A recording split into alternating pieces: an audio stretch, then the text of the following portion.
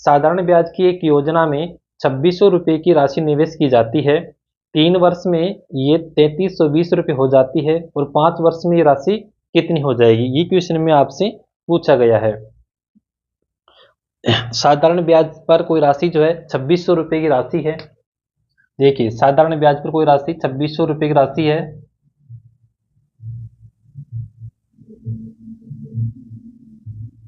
₹2600 की राशि है। ये जो 2600 की राशि है, ये 2600 की राशि 3 वर्ष में 3320 रुपये हो जाती है। कितनी हो जाती है? 3320 रुपये।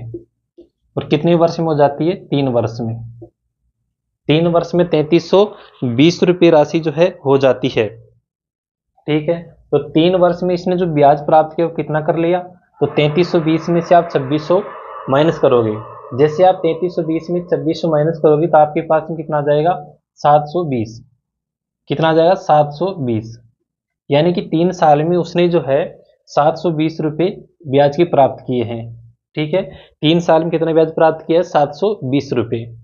तो देखिए, साधारण ब्याज की खास बात यह होती है कि जो साधारण ब्याज होता है वो प्रत्येक साल में जो है समान रूप से बढ़ता है। एक साल में यदि मान लीजिए 100 रुपये ब्याज के हैं तो दूसरे साल में 100 रुपये ब्याज के बढ़ेंगे। तो इस प्रकार साधारण ब्याज चलता है। 2600 रुपये अपने पास से मूलधन था। 3 वर्ष में ब्याज समेत कितना हो गया?